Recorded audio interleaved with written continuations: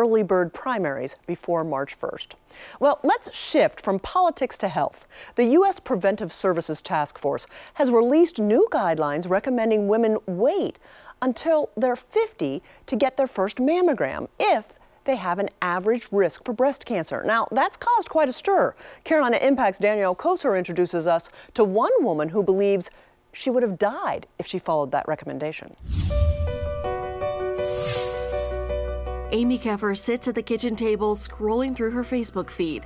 This isn't how she imagined life as a stay-at-home mom. I'd like to be volunteering in the school, but for immunocompromised people, it's not a really great idea.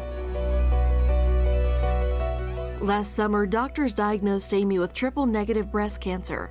It's extremely aggressive, it has a high recurrence rate, and the sucker grows fast. She started chemotherapy weeks later. Now, as the chemo works to destroy the cancer cells, Amy focuses on staying strong for her two daughters, refusing to let the diagnosis destroy her. Mommy's not going to quite be mommy for a while, but we're doing all this so that I can be. With no family history of the disease, Amy says she was shocked when her very first mammogram revealed a tumor in her breast. She was only 40 years old. Early detection is what saves lives, and it saved mine. I have every intention of being here in 5 years, 10 years, and raising my kids. A number of health groups, including the American College of Obstetricians and Gynecologists, urge women to begin yearly screening at age 40. But just last month, the government task force released new guidelines, stating women with an average risk for breast cancer should start getting screened later in life and less often. Well, for some women, the changing and sometimes conflicting guidelines can be a bit confusing. For years, the American Cancer Society said women should start getting yearly mammograms at age 40. Well, just a few months ago, they bumped that number up to age 45.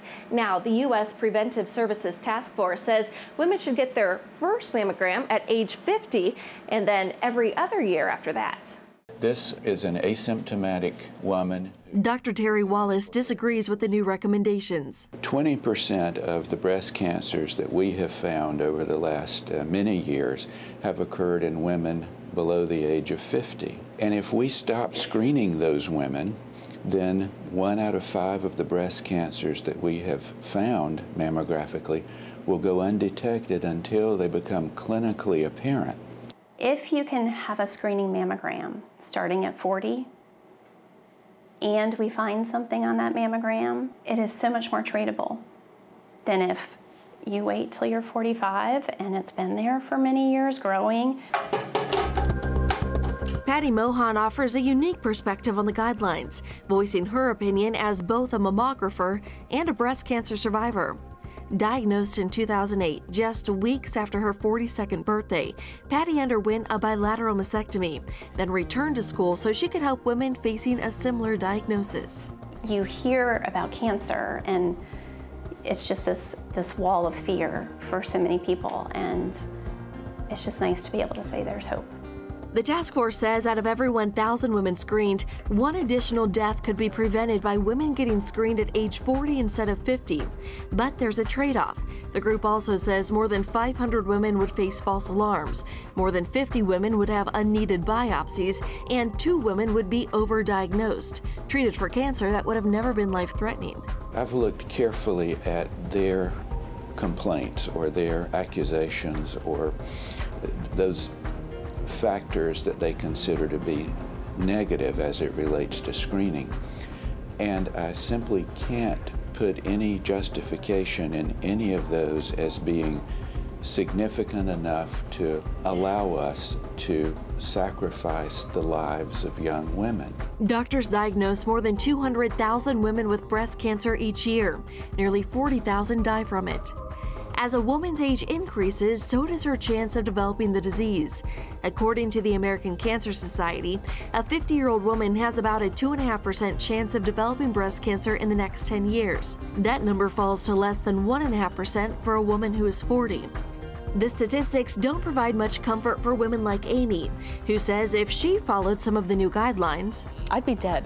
The recommendations to start at 45 for women who have no history of it, etc. and so forth, would have killed me. She says she worries women who wait to get screened may not have the same chance she has, the chance to fight. For now, Amy draws strength from her family, friends, and virtual support system as she prepares for her next battle, surgery to remove both breasts later this year. They have shown such incredible compassion and love for me and my family, and it is so humbling, and it is, I know that it's going to be what gets me through this. I know I'm going to be able to look back and say these people played a role in my survival. Amy says focusing on a lifetime with her family helps her get through the harsh side effects of chemotherapy, from the hair loss to the never-ending fatigue. She hopes sharing her story will help other women as they navigate their way through the different screening guidelines. For Carolina Impact, I'm Danielle Koser reporting. Thanks so much, Danielle. Research shows women are most frequently diagnosed with breast cancer between the ages of 55 to 64. To learn more about the new mammogram guidelines, Katie Robbins joins me now. She's the Director of Marketing and Practice Relations with Charlotte Radiology. Katie, thanks so much for your time. Thank you. It's always great to see you again. Talk to us a little bit about this because my head is swirling. I'm old enough to have been around when the recommendation was you start having mammograms at 40 years old, and we did it. Certainly. And so then it moved to recommendations that you shouldn't do it till you're 50, and now we're at 45. How confusing, and what kind of message is this really sending to women? Oh, it's so confusing for women. Frequency of how often to go and when to start has just, it's just gotten mind-blowing.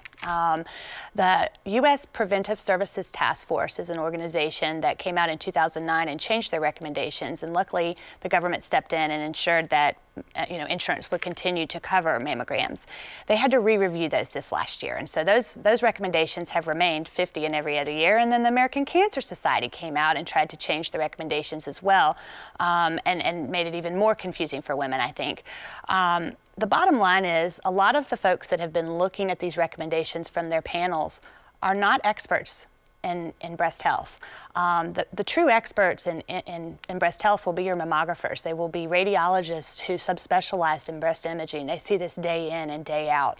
And those physicians, our physicians at Charlotte Radiology, and those physicians across our country are still recommending women go every year starting at age 40. You know, but there is a concern that perhaps insurance won't pay for it in the future if we go against what the federal government recommends. Sure. So the task force from the government does affect insurance. Now, that's not their goal, but anything that they give less than a B2 on their recommendations means that the insurance companies don't technically have to pay for it. Luckily, the government has stepped in December and passed the PALS Act. That act actually protects access to life-saving screenings, mammography. So for the next 2 years, insurance will cover mammograms every year starting at 40 for women. After that, it's anybody's guess as to what's going to happen. And our hope is that women and government officials and doctors, hopefully as well, will step up and fight back to ensure that coverage continues.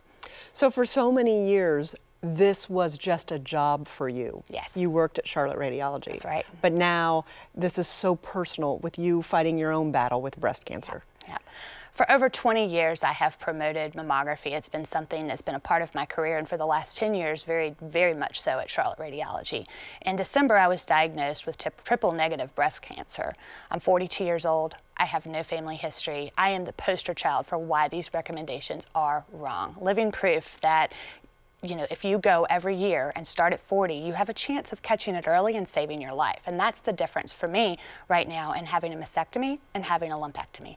I am going to be able to be out of work a week versus being out of work months, potentially.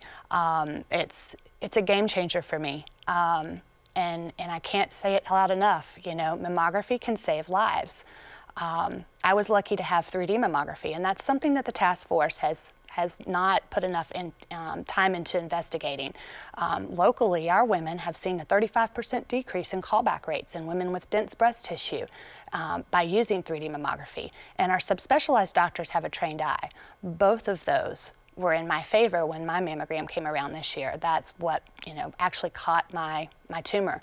I have dense breasts. It could have not been found. I'm very lucky to have had those things. And so women here in Charlotte are very lucky to have access to not only mammography, but the best technology and the best doctors. With breast cancer, like almost every cancer, the sooner you catch it, the better the prognosis is for the future, because there's a myriad of treatment options and they can target something specifically for you to have great success. Absolutely. We've watched the mortality rate plummet since annual mammography starting at 40 has been around, and that's been since the late 80s, I guess. It's been about a 35% decrease in mortality rate. You know, you couple that with the ability of new treatments or the access to new treatments so that women have a chance of not having to have these radical mastectomies, and just better options to keep them healthy and be able to survive cancer, but also live a life through cancer.